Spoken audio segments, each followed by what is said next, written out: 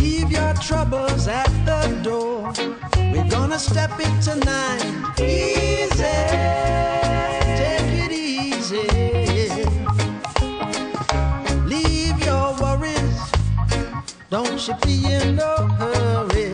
Feel it, don't you fight it. We're gonna shake up the place. The following program, The Russ Belville Show, is intended for responsible adults only. We advocate to the repeal of marijuana prohibition for adults. We discuss the science, culture, and controversy about America's marijuana laws. We do not advocate any illegal activity and encourage all listeners to learn their state and federal marijuana laws. Opinions and claims made by guests and advertisers on The Russ Belville Show are their own, and The Russ Belville Show cannot be held legally responsible for their validity or reliability. Viewer discretion is advised. You take a seed, you plant it, you grow it, you dry it, you roll it, you smoke it. You take a seed, you plant it, you grow it, you dry it, you roll it, you smoke it. Then it goes down smooth. Hey! Spanning the continent to bring you the truth about cannabis and marijuana law reform. I smoke pot and I like it a lot. From the promise of legalization. And I think that we need to rethink and decriminalize our marijuana laws. To the agony of prohibition. One major responsibility is to encourage people to use less drugs. The Russ Belville Show, the voice of the marijuana nation. Brought to you by the National Cannabis Coalition. Yeah, I hear you had a question for me. Now, here's your host, Radical Russ Belville. All right, good day, tokers and tokettes, and welcome. It is Wednesday, August 15th, 2012, and it's got to be 420 somewhere in the world. It's also got to be our last day here in the studio before we head out to Seattle Hemp Fest, the 21st annual, out there on Friday, Saturday, and Sunday at the Myrtle Edwards Park in Seattle, Washington. We'll be bringing you live coverage all 3 days, starting at noon, running till 8 p.m., ish. We'll see how it goes. We've got our own booth out there at the Stoned Garden, so if you're going to be at HempFest, make sure you visit us. We'll be there near the main stage in that center set of vendors that are there. Also, Herb Age will be there at booth 422. HandmadeApparel.biz will be out at booth 504, I think. So plenty of people to visit. We've also got friends coming from Georgia, from Florida, from all across the country visiting us for Seattle Hemp Fest. It's going to be a really good time. If you can't be there with us, just log on right here to ncr420.com and we'll bring you all the coverage we can. Now, I'm kind of running skeleton crew today, technically just myself here in the studio, but joining us from our virtual studio in Grass Story, Oregon, we've got Cannabis Carrie. Hi, Carrie. Oh, my goodness. Do we have Carrie on the line? I don't have Carrie on the line. Interesting. All right. Well, we will fix that right after the break. After the break, we're going to bring you the Cannabis Chronicles. And in today's headlines, we are going to be bringing you the Michigan Grand Rapids, Michigan, the city, will be voting on marijuana decriminalization this November. Also, the advertising ban for medical marijuana outdoors passed in Denver. We'll talk about that. A spokesman who is against I-502 with a new campaign against 502 was fired at his first press conference. We'll bring you some video from that. And if we got some time, we'll talk about some cannabis news out of Africa, where an African grandmother is growing weed in Swaziland. So we'll talk all about that in our Daily Cannabis Chronicles right after the first break. Then we've got our Daily Toker Tunes. Today is Irie Wednesday. And for today, we're going to go a little country with an album called Reggae Goes Country. And today's song is that very famous song, King of the Road, done reggae style. We'll bring that to you right after our 20 after break. Then at half past, as we always do every Wednesday, we're going to visit with Dr. Mitch Earlywine, who will be with us answering your live cannabis questions on history, culture, science, and health right here. So you can dial in at 971-533-7111 or join us here on the chat at ncr420.com. And then at the end of the show, we're going to be visiting with director Dan Katzier. He is the director of the new movie Legalize It, which takes a look at the Prop 19 campaign and other efforts to legalize marijuana in America. We'll talk to him about this new movie at the end of the show. And then hour two, we'll be back for more of your calls and more talk right here at Toker Talk Radio and the Russ Belville Show. Thanks for joining us. We'll be right back after this break. Stick around. You're listening to The Russ Belville Show.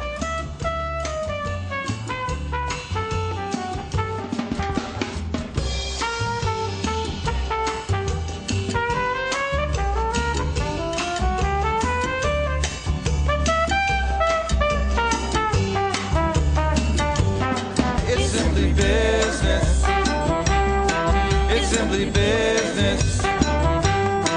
It's simply business, you know why they won't let us grow. It's simply business. We'll be right back after these messages from our 420 friendly sponsors. Support these advertisers because their ad money goes straight to the Russ Belville Show.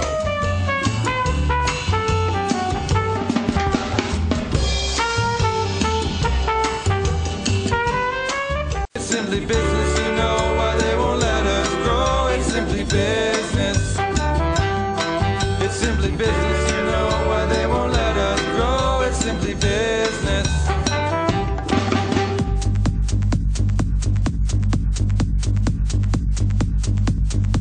Support the Russ Belville Show. Text the word Russ to 420-420 and connect with the National Cannabis Coalition.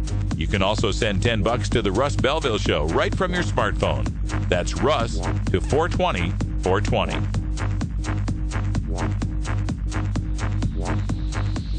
You're listening to Radical Russ on the Russ Belville Show.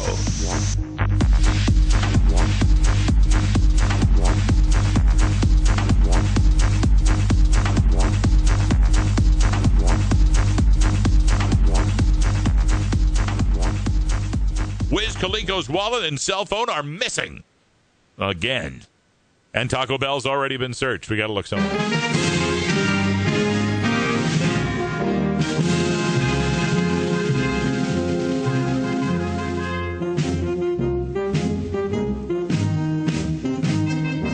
Help us legalize it. Text NCC to 420-420 and send $10 to the National Cannabis Coalition.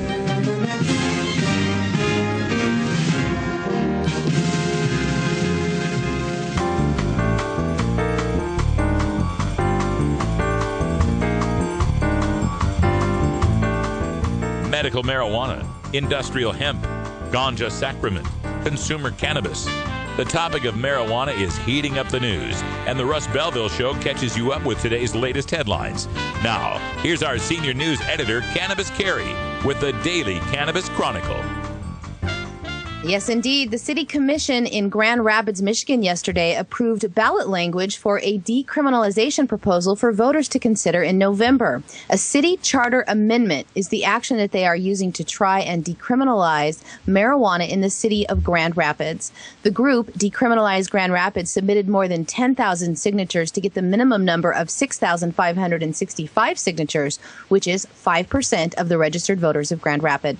The City Commission had no legal authority to keep the proposal off of November's ballot, and they were just being asked to approve the language of that ballot measure. Now, Grand Rapids voters will consider the city charter amendment that would call on police to make marijuana possession or use a civil infraction punishable by a ticket with a fine of up to $100. It would also prohibit Grand Rapids authorities from referring violations for prosecution under state law, stating that the proposal would, quote, decriminalize possession, control, use, or gift of marijuana through a charter amendment prohibiting police from reporting same to law enforcement authorities other than the city attorney, prohibiting the city attorney from referring same to other law enforcement authorities for prosecution.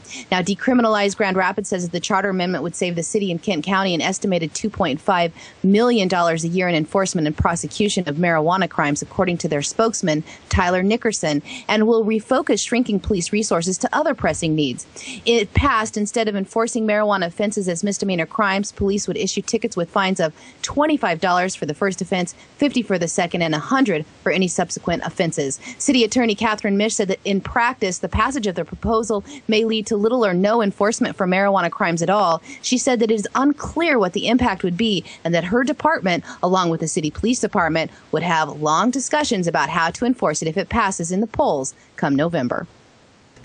Well, I don't know. Gosh, decriminalizes, you get a ticket for possession of marijuana. Sounds to me, though, like you'd still get arrested and thrown in jail if you were growing plants at home.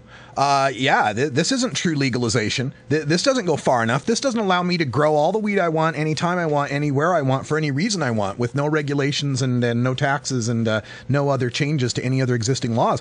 Gosh, we can't support this. It just doesn't go far enough. Oh, jeez. I'm sorry. I've been reading so much no on I-502 stuff, my mind is all messed up. Of course you should support this decriminalization. Grand Rapids, Michigan decriminalization, great news. We hope everyone gets behind this and we can get some more positive momentum in ending prohibition nationwide. And we have a follow-up on that Denver city advertising ban that we can tell you now that the city officials thought it was a good idea to the tune of a 13-0 vote. The proponents of the marijuana advertising ban that includes some in the industry as well say that marijuana advertising in Denver can be shockingly aggressive. Sign waivers with pictures of marijuana and promises of free joints. City council members who have been discussing a marijuana advertising ban for 2 years now say that the unscrupulous advertisers are giving the industry a bad name. The ban will apply to billboards, buses, and bench ads and sidewalk sign twirler advertising. The ordinance in Denver will not affect print advertising or radio and television ads, as long as every ad has a disclaimer that marijuana is only for registered Colorado and medical marijuana patients only. The medical marijuana industry has been deeply divided over this issue. The Medical Marijuana Industry Group, a trade group based in Denver, has been actively pushing for the advertising ban, asking for higher standards for the industry. But another large trade group for the medical marijuana industry, the Cannabis Business Alliance, has argued that the ban goes too far. Now, other medical marijuana states have instituted bans on medical marijuana advertising. It's illegal in Delaware and Vermont. And Montana's state legislature that passed sweeping restrictive rules to their medical marijuana program last year included an advertising ban, but that part of the regulations was blocked by a district judge who ruled that an advertising ban was a violation of First Amendment and that any violation of the right to free speech is irreparable injury. Washington state has an advertising ban for doctors who are barred from recommending marijuana and cannot be used in advertisements for medical marijuana in their businesses or practice. Now, this ban is only in Denver. Colorado lawmakers have considered advertising regulations, but they've been rejected every time they've come up for a vote. Both tobacco and alcohol vendors also face advertising limits, but you will still see signs for cigarettes and billboards for beer in Denver.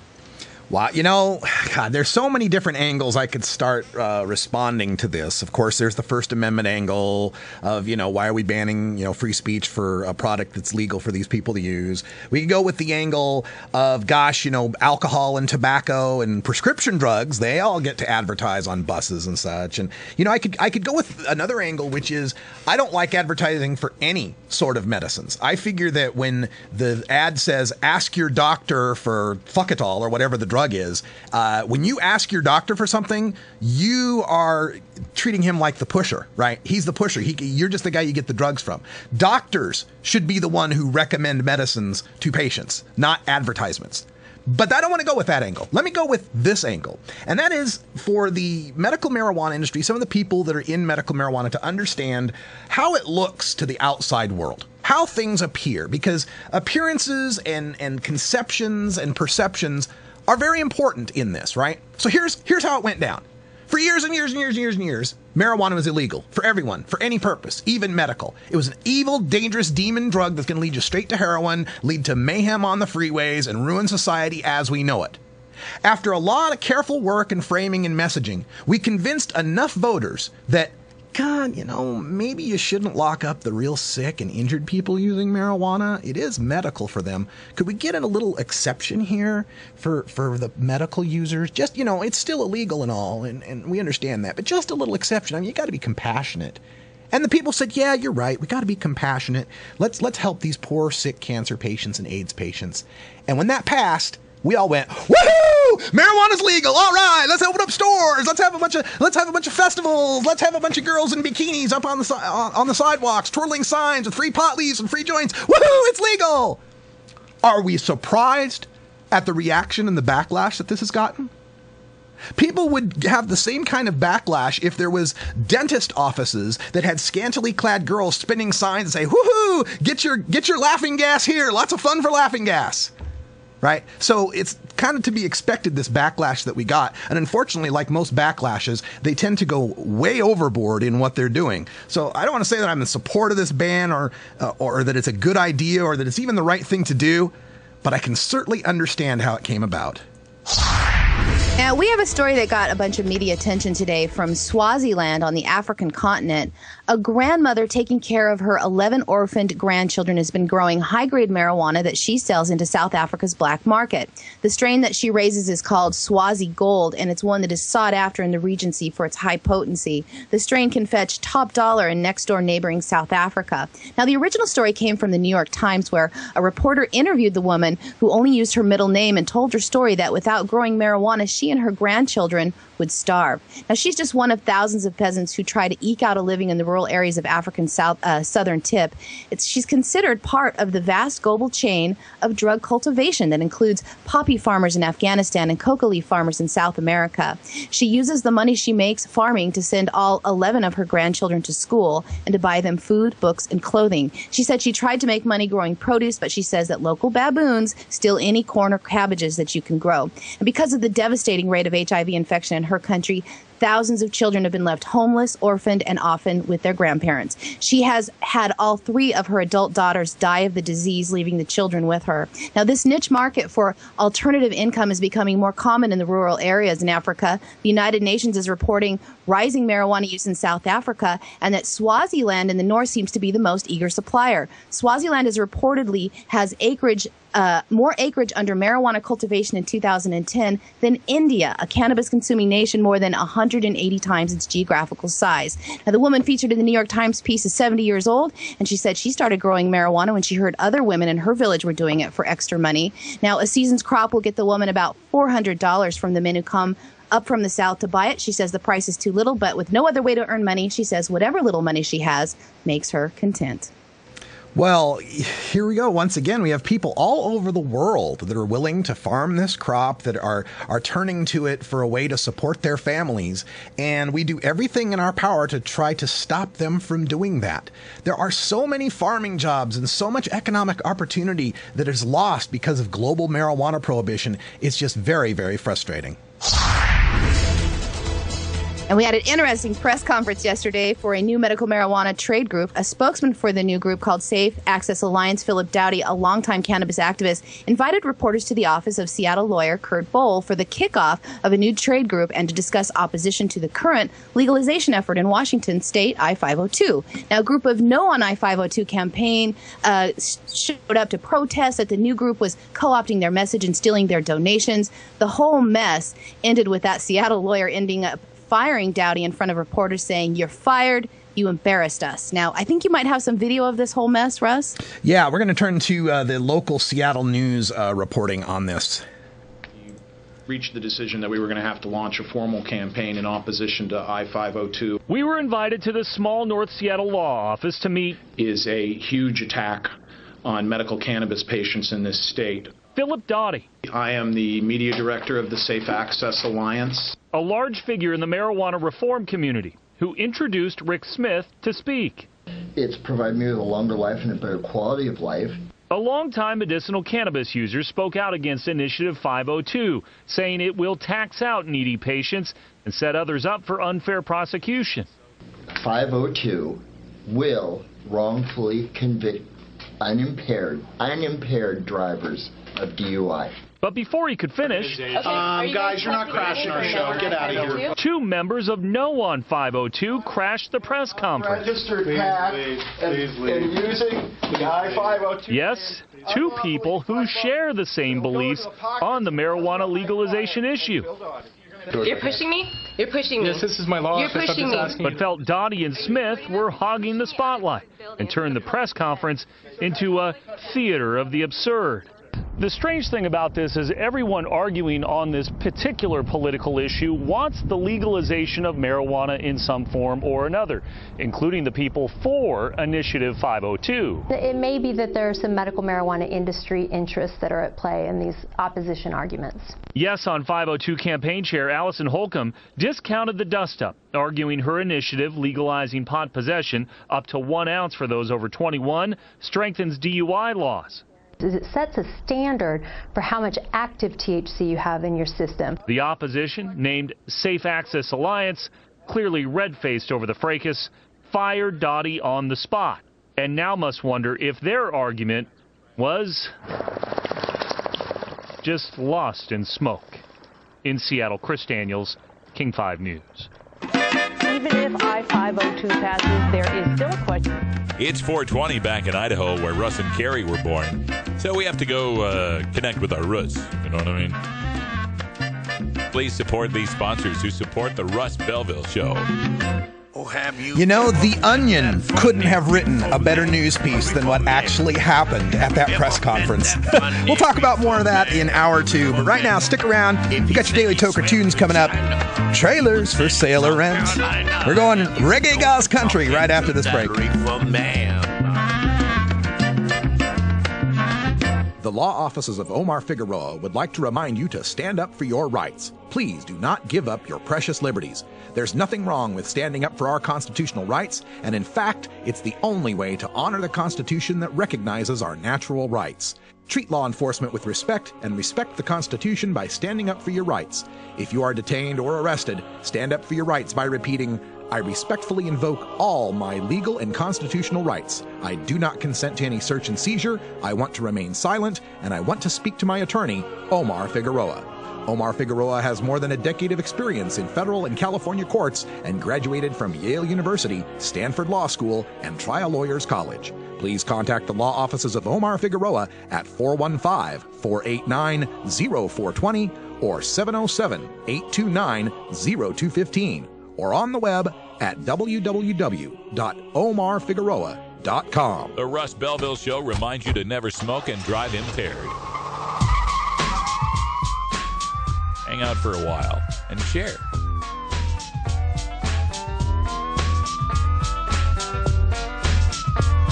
Cause the day was hard and your work was long and you need a break from all that's wrong. You better look at the clock cause it's 4:19. Time to reach in that pocket for your bag of green and smoke that weed.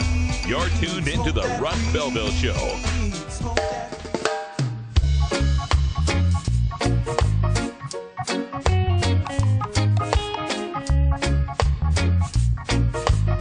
Everyone knows music and marijuana go together, so let's wind up our 20 after break with the Russ Belville Show's Daily Toker Tunes, the best in pod-safe 420 music from around the web. Today is Irie Wednesday, featuring reggae, ska, and other world music genres. You can get downloads and more information about all our Daily Toker Tunes by visiting music.radicalruss.com. Now, sit back and enjoy your Daily Toker Tunes. All right, welcome back, everybody. 23 after the hour. And, my background, if you don't know, I am the son of a traveling, touring professional musician. My father played drums and later bass in various country and country rock bands throughout the 1970s, toured with all sorts of kind of B-level country stars that, country fans from the 70s would know. You probably wouldn't. Farron Young, Orville Couch, Shelley West, David Frizzell, those kind of guys. Anyway, so I kind of grew up on the road, and country has always been in my background. Not the crap they're playing on country radio these days. I mean real blues roots country type music, right? Waylon Jennings, Willie Nelson, that kind of stuff. Johnny Cash. That's my kind of country. And I've been introduced, since doing the show, I've been introduced to a lot of stuff in reggae as well, from, Kaliko and Brian and other fans of reggae music. And I always thought it was kind of interesting that, from a bass player's point of view, from a rhythm section point of view, country and reggae are kind of opposites. Yeah, country's all about the upbeats, and country's all about boom, boom, boom, the downbeats, right? Reggae's about the upbeats, country's about the downbeats. You might not think these two things could ever go together, but you'd be wrong. We got this next album coming up for you. It's called Reggae's Gone Country, and it features various artists taking classic country songs and doing them reggae style. And a lot of them sound really good as reggae songs. Some of them even sound better as reggae songs. Now, this next one, of course, is a very famous Roger Miller tune. Even people that aren't country fans know it. It's called King of the Road. It's a great song as a country song. It's a great song as a reggae song. This is Freddie McGregor with his version of King of the Road from Reggae's Gone Country. I'm the king of the road. Don't know what I say. La da da da, yeah, yeah.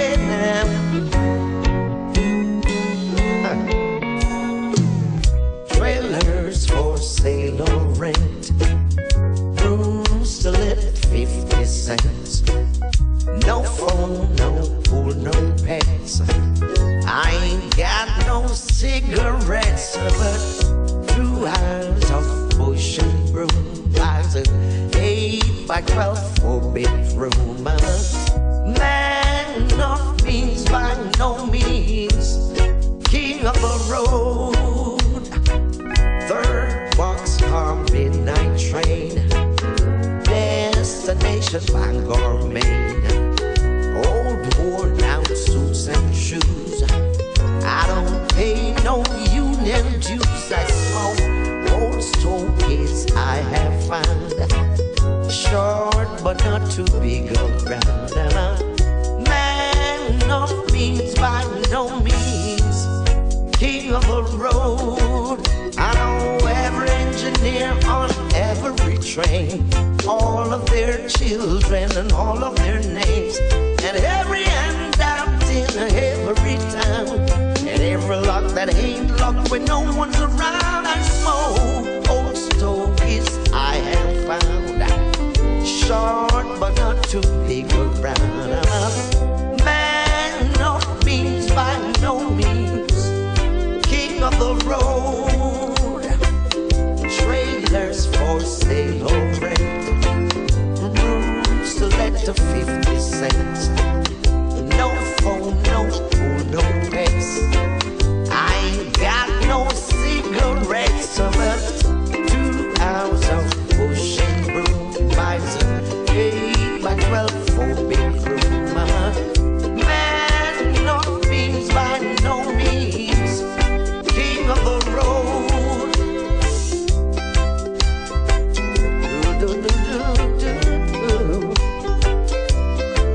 Yeah, yeah, you know I am. You know I am. You know I am.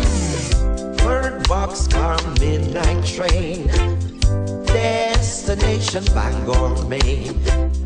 Old worn out suits and shoes, I don't pay no union dues. I smoke stogies that I have found, short but not too big around. Man of means by no means, king of the road.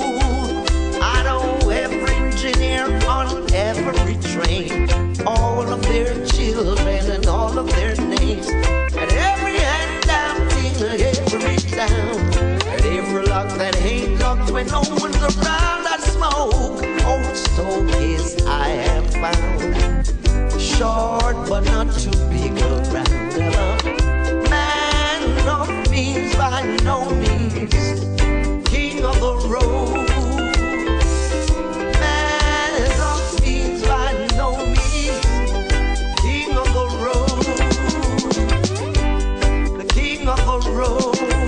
Yes, I am king of the road. No, I am king of the road. I am king of the road. Hi, this is Dan Michaels. If you're looking for professional voice talent for your commercial or podcast, I'm your man. Visit danmichaelsaudio.com for more information.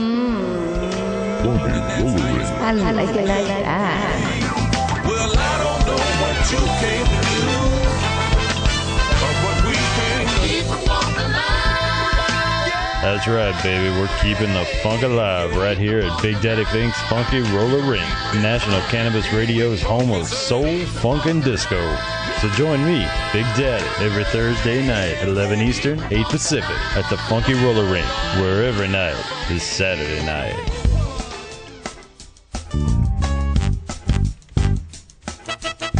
It's time for the Russ Belville Show's Cannabis Q&A with Dr. Mitch Earlywine. Dr. Earlywine is a professor of psychology at the State University of New York at Albany and a leading author and researcher on cannabinoids and health, who pins the Ask Dr. Mitch column for High Times magazine. Get your questions ready in our live chat or call in to 971-533-7111 now. All right, welcome back, everybody. We're at the bottom of the hour, and that means it's time to speak with Dr. Mitch Earlywine from SUNY Albany. Dr. Earlywine, how you doing? Do we have you there, Dr. Mitch? All right, we're having some connection issues right at the moment, trying to get this together. We will take a quick break, see if we can get that fixed. Stick around. We will have Dr. Mitch on in just a moment. So,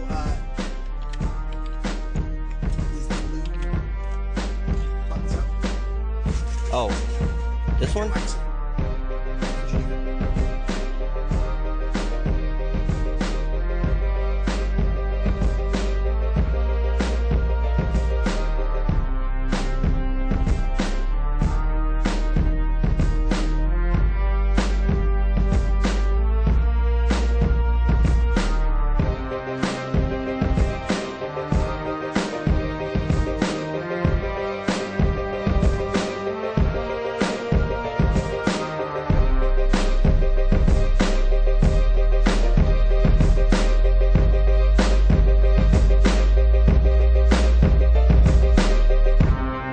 You're tuned into the Russ Belville Show, the voice of the marijuana nation.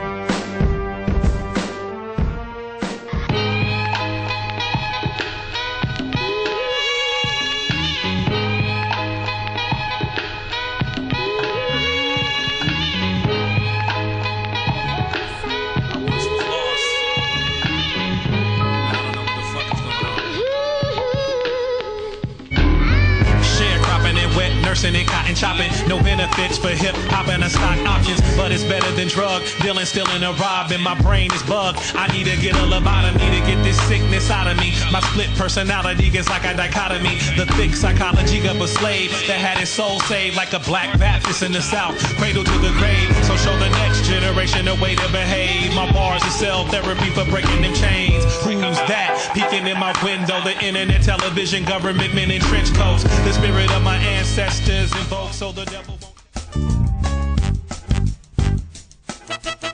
It's time for the Russ Belville Show's Cannabis Q&A with Dr. Mitch Earlywine.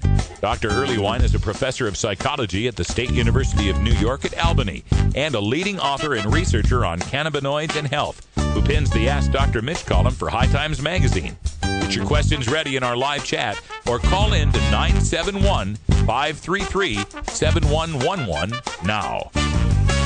All right, this time I mean it. We're going to talk to Dr. Mitch Earlywine. Are you there, Dr. Mitch? Hello? It's dropping the call for some reason. We're having some issues here. The Skype channel's unmuted. Can you hear me, Russ, when I talk? I'm hearing you. Okay, perfect. He was on here a minute ago. Dr. Mitch, are you still there? I'm trying. Hey, guys. Hello. He's there. Yeah, he's there. I'm going to need your help. Okay. Having some troubles here as we're getting things put together, getting ready for Hemp Fest and everything. But Dr. Mitch, do we have you now? Indeed. Oh, so sorry for the difficulties, but glad to have you here. Folks in the chat room are getting all antsy. We want to make sure we got that taken care of. Before we get started, we always let Dr. Mitch let us know what's new in the world of cannabis science. So are there any new studies or polls we need to hear about? As it turns out, I had to review something, but it's still confidential, but I should have some interesting news next week. Okay, fantastic. Now, as far as questions from our chat room, we already have a few that are coming in here. Reefer Rob wanted to know if cannabinoids help in any way with diabetes. As it turns out, we don't have a direct link between either CBD or THC so far and diabetes. And as much as folks want to try to use it as a treatment, I want to emphasize that if it's going to enhance your appetite and make you eat things that are inappropriate, it's really not a good decision. So make sure the house is full of lean protein sources rather than a bunch of Twinkies if you're diabetic and want to turn to cannabis. Yeah, good point. And another question here is asking, we've got one coming in from T-Star Trek Dude. Okay, T-Star Trek Dude, who says, live long and prosper, I guess. He wants to know, he says that THC and CBD, cannabidiol, have a whole bunch of medical benefits. Have we found any benefits of CBN, cannabinol? So it turns out cannabinol is so investigated that there may be quite a few and we just don't know it yet. And the trials for it with things like seizure and sleep and stuff like that have been so-so, particularly when compared to the big two. So it hasn't seemed like it's been a fruitful route of research, and so I don't imagine a whole lot of it's going to be going on anytime soon. Okay. Now we got a question here, a little more specific, and it has to do with shingles outbreak, and it's asking, do cannabinoids help alleviate pain from a post-herpetic neuralgia following a shingles outbreak? In theory, any of those nerve-type pains should respond, but it's going to be incredibly strain-sensitive and incredibly dose-sensitive. So odds are high that too much will actually make the pain worse, and not enough won't have enough impact. And so finding that ideal dose is going to be difficult. Nevertheless, it's a really painful condition being described there, and I think it's worth a try. Okay. We're speaking with Dr. Mitch Earlywine here in our Cannabis Science segment, Cannabis Q&A with Dr. Mitch. You can call in live at 971-533-7111 or get your questions in our chat room at ncr420.com. And Dr. Mitch, I saw a report here in the Atlantic that just came up on the list here. It's dated today, August 15th. However, I think it's referring to a study that we've already talked about, and that is that pot may improve cognitive functioning in bipolar disorder. Give folks an idea what bipolar is and how is cannabis helping with that? Sure thing. The use of cannabis in this is kind of controversial, but bipolar tends to be typified by periods of mania, so 3 days or more of intense irritability, no need for sleep, impulsivity, wild spending, ill-advised sexual encounters, all kinds of stuff like that. And then this whomping, hardcore depressive episode as well, where 2 weeks or more of just outrageously sad mood, incredible need for sleep, loss of appetite, and just absolute dysphoria. And it turns out that cannabis on this is kind of destabilizing if you're not using it in the right way. So the mania seems to often be associated with a deviant sleep pattern, and if you can use cannabis to keep your sleep regular, it may be helpful. But if you're actually using it just as kind of a party enhancement thing or something that's going to wreck you in a sense of making you tired midday and then getting you out of whack, it can actually make things worse. So this has become really controversial. We've seen time and again that the cannabinoids are wonderful as far as neuroprotective effects go, and these folks often, because of some of the behaviors that co-vary with their manic times, are at risk for some neurotoxic reactions to, say, alcohol use and just head injury, crazy things like that. And those who have used cannabis seem to be more protected from those sorts of things, but we actually see cannabis as a neuroprotective agent anyway. All right. Now we have another question coming in from the chat room here, talking about a recent study on Sativex and titrated dosing. Have you seen this study and what he might be referring to here? So I'm guessing it's one of the recent ones that actually shows that some of the MS patients and some other folks with pain seem to be responding to the medium dose of Sativex best. And so as it turns out, the high dose was essentially not having the ideal impact folks had hoped for. The medium dose is sort of the baby bear, it's just right, and that seems to work well. And then the lower doses were not working as well. And I believe that came out just in the last couple of weeks. And, you know, just as I was saying for pain before, that seems to be the case. And for muscle spasm, that also may be the case. Okay. Now for some reefer madness. I found this going to a website called Access News, and the headline caught me right away. High potency and synthetic marijuana pose real dangers in the first weeks of pregnancy. And they go on to say that marijuana is 20 times more potent than it was 40 years ago, and terrible things will happen if pregnant women take it. And first of all, I was wondering if you could just cover the potency thing, and second of all, maybe give us some tips on cannabis use in pregnancy. Well, so what's interesting is the potency issue just never seems to die. So, yes, we have had estimates of cannabis that were only 1% THC from back in the 70s, but that was before we really understood how it broke down. So the cannabis would often sit in a hot evidence locker at a police station for a month and then get shipped by the slow train down to Mississippi to have its THC estimated, and they'd say, oh, yeah, it's 1%. Well, if you give somebody a 1% THC joint in the lab, they usually punch you in the face and say that it's fake. It's really not anything that's inherently psychoactive, there's no way that the cannabis could have caught on if that was the case back then. And then they take these, single strains where once in a while somebody in the UK finds one that's 20% THC or something like that, and they say, look, it's 20 times what it used to be. Well, it's just bad math and bad science. Is cannabis 2 or 3 times stronger than it was back then? Well, yes, but people don't seem to be getting any higher. So, in fact, they're smoking markedly less. So the old days when it was $15 a lid and people would sit around and smoke 5 joints, those are pretty much gone. People aren't using anywhere near as much, in part because it's stronger.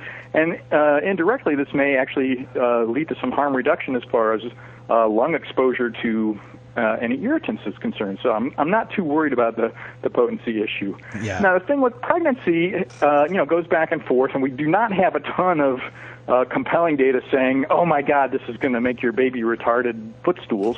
But we don't recommend drug use for during pregnancy. We do have at least one data set from Marilyn Martry suggesting that there really weren't a lot of negative consequences for these women in the Caribbean countries who used cannabis during pregnancy. Some of them may have been drinking cannabis-related teas, though, and it's kind of hard to tell. The follow-up is only 5-6 years.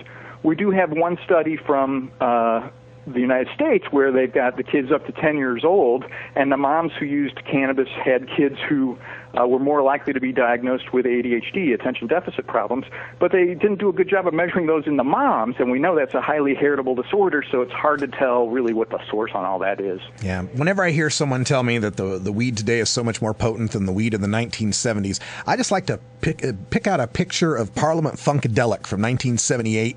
Or any picture showing people in their tie-dyes and their bell-bottoms. And I mean, they were smoking some good weed to come up with that stuff, folks. That wasn't by accident. All right.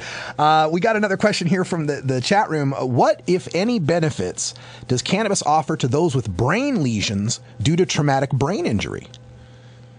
Unfortunately, it would have to be administered almost immediately after the trauma. We really don't have any evidence. It would depend very much on the localization of the brain damage. And, we do see some promising antioxidant effects of heavy-duty cannabinoids administered immediately after a trauma, but otherwise we just don't have any evidence to suggest that there's a whole lot of benefit under those circumstances that are more normal in everyday life. Yeah, it would be interesting if we found out that, it was really good for that situation specifically, and in the NFL, when somebody comes off the field with a concussion, their first thing would be go hit the vaporizer for brain protection. Wouldn't that be something? I can think of worse things. That would be fantastic. All right, we're going to wrap things up here for our Cannabis Q&A segment. We'll take another question, but before we do, I want to remind you all that if you didn't get a chance to get your question in today, join us next week, Wednesday, at the bottom of this hour here, and we'll talk to Dr. Mitch again. You can get your question in that time.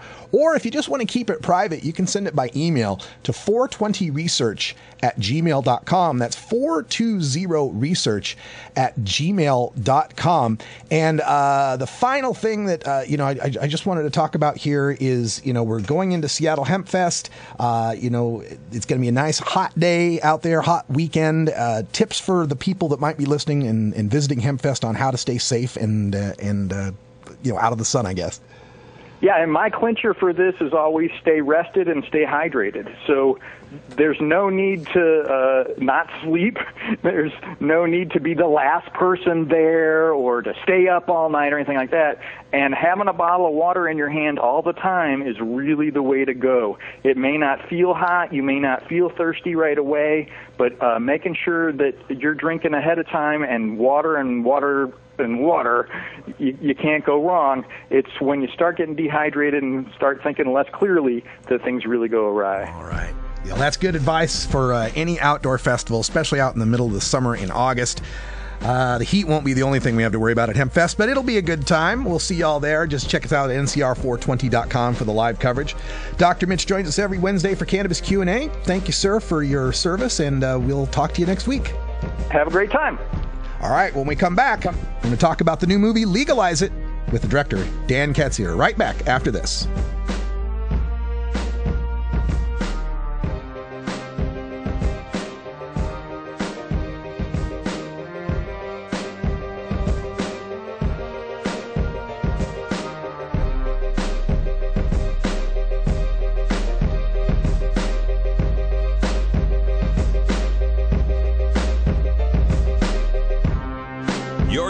into the Russ Belville Show, the voice of the marijuana nation.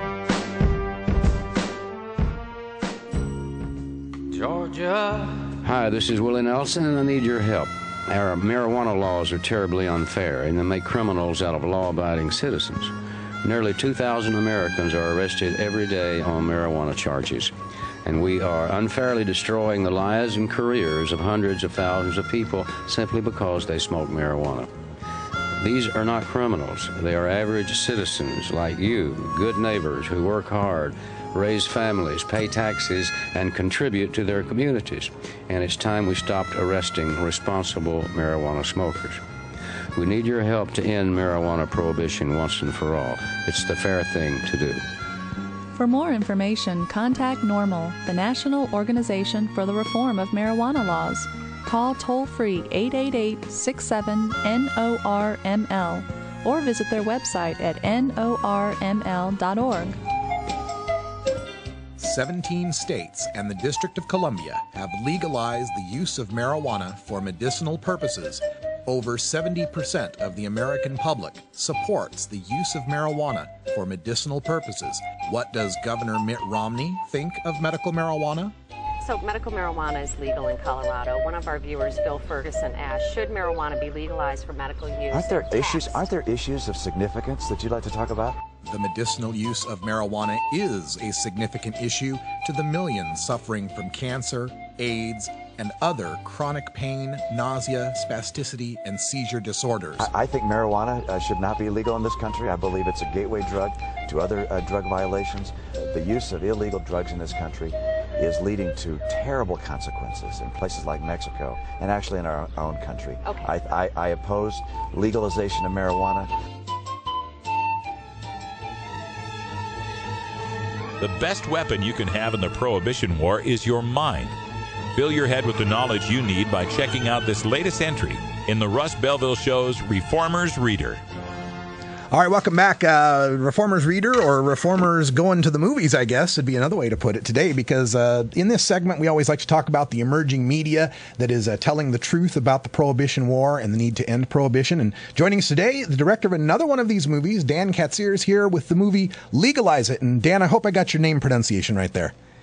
Oh, you got it right. Thanks for having me on your show, Russ. Yeah, fantastic. Now, Legalize It is this new film that you've got out, and at least from what I can tell from it, it appears as though you're covering the Prop 19 campaign from 2010. Have I got that right, or is there more to it?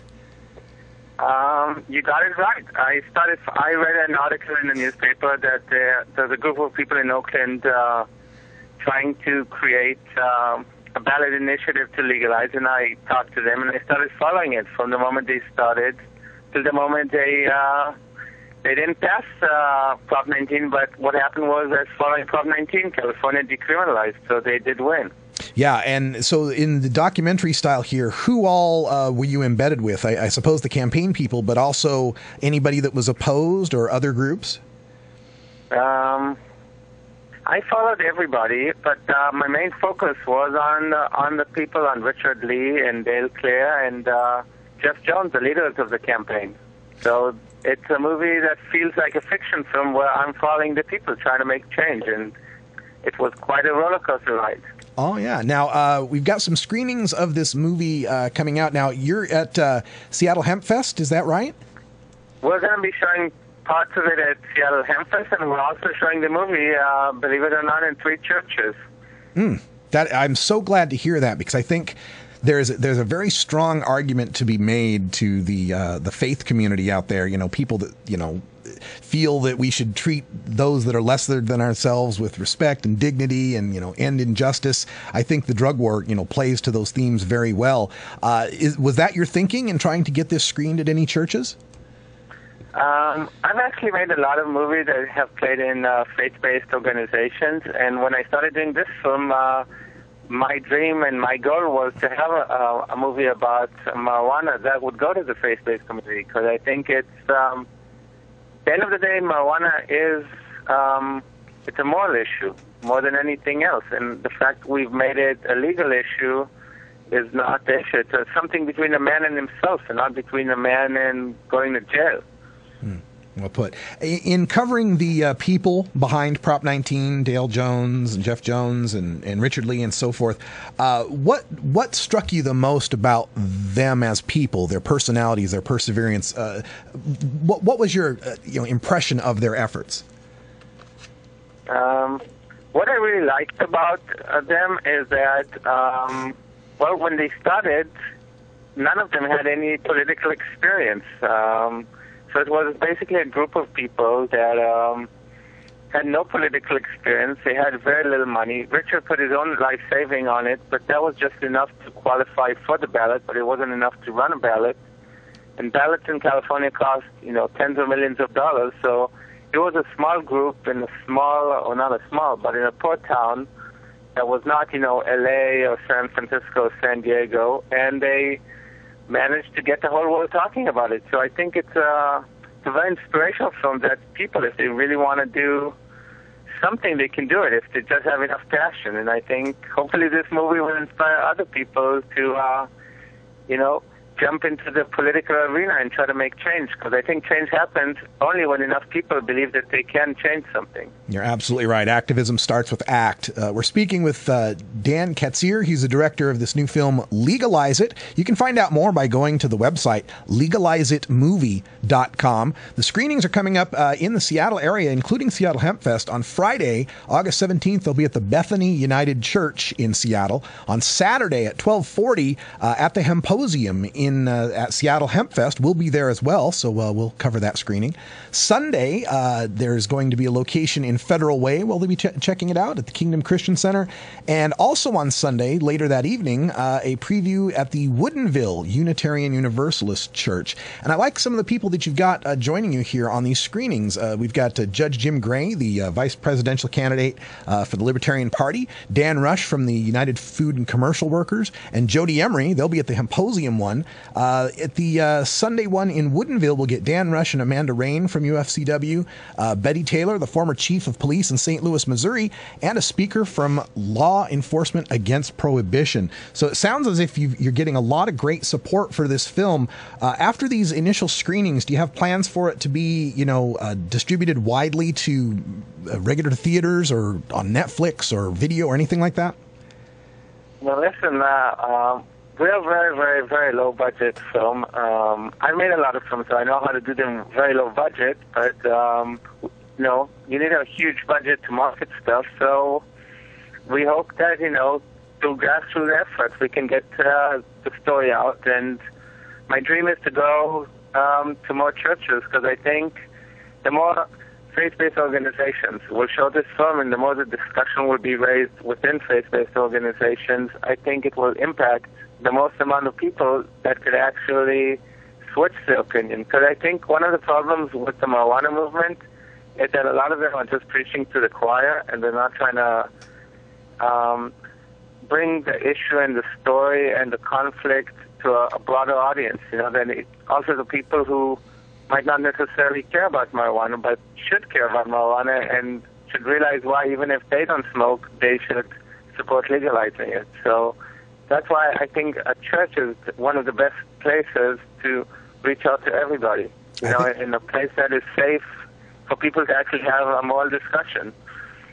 Yeah, I think you're right on with that, and we want to help you any way we can. So, folks, visit legalizeitmovie.com. They have a little item on the website that says roll your own screening, and you can sign up for an email list for updates on the movie, and you can perhaps, set up your own screening in your own town to help people start this conversation. Are there any other ways, Dan, that folks might help you out? Is there a donations page, a Kickstarter page, anything like that?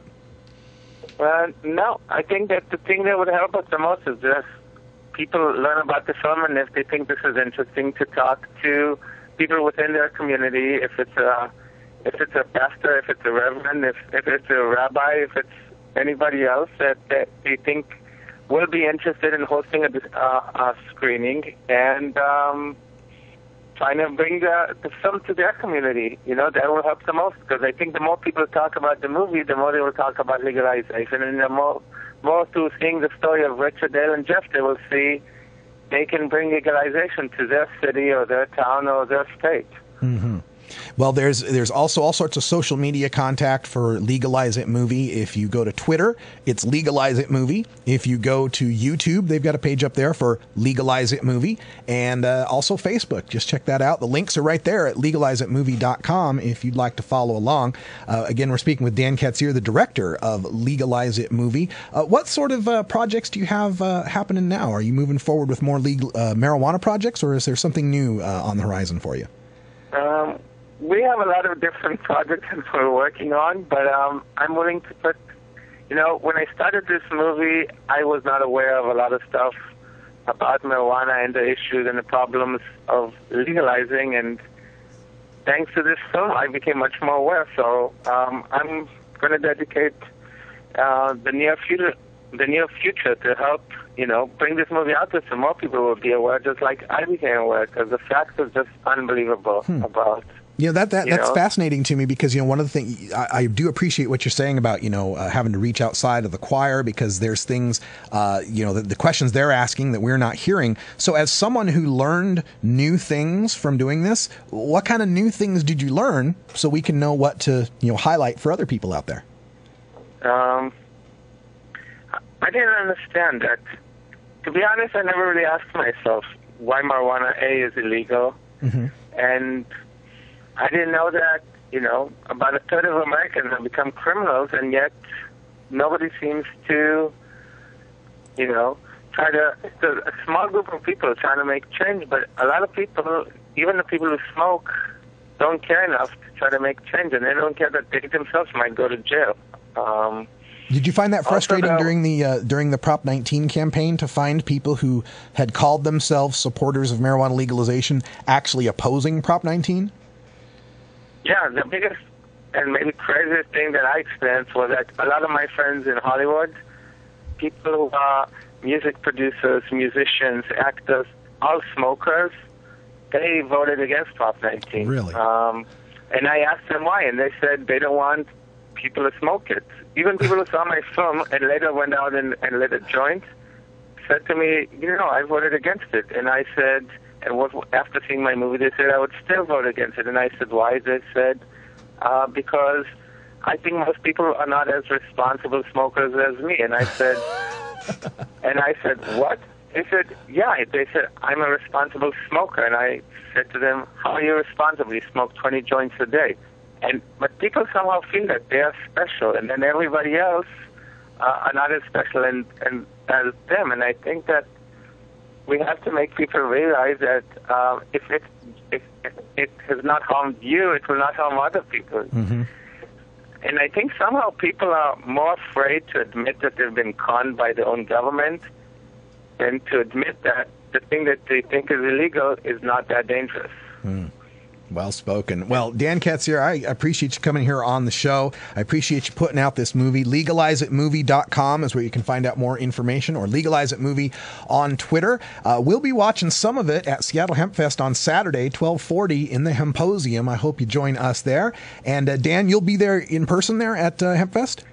I will be there. All right. I'm looking forward to see you guys, and thank you for having me, and I hope more and more people become aware like me, because I think once you start learning, then, it's hard to go back, and it changes your life forever. And after I've test screened this movie mostly on conservatives, and a lot of them said if they would have known about all these facts, they would have probably voted for Prop 19, not because they support marijuana, but they do support legalization. And I think that's kind of the shift that I think has to happen, so that legalization will happen in the near future. Yeah, we sure hope so. In 3 states this year, and the other 47 as soon as we can get to them. Dan Ketzier, thanks for joining us, and good luck with the movie. We'll see you Saturday.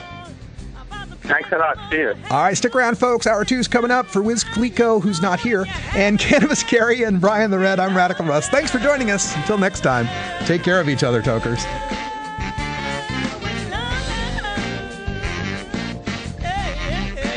This is the Russ Belville Show.